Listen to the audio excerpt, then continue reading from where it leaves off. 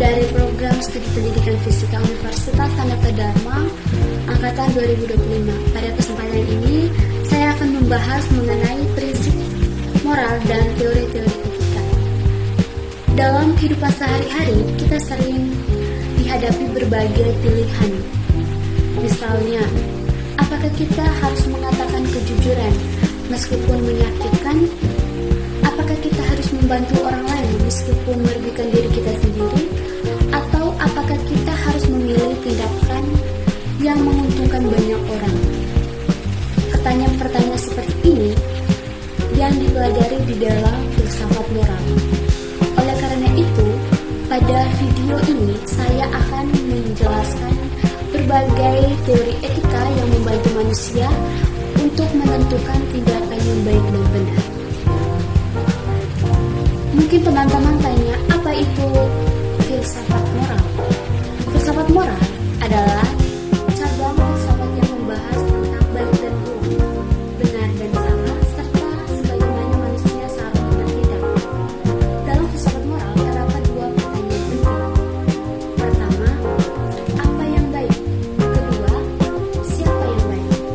Yang pertama, lebih berfokus pada hasil atau akibat suatu tindakan. Sedangkan pertanyaan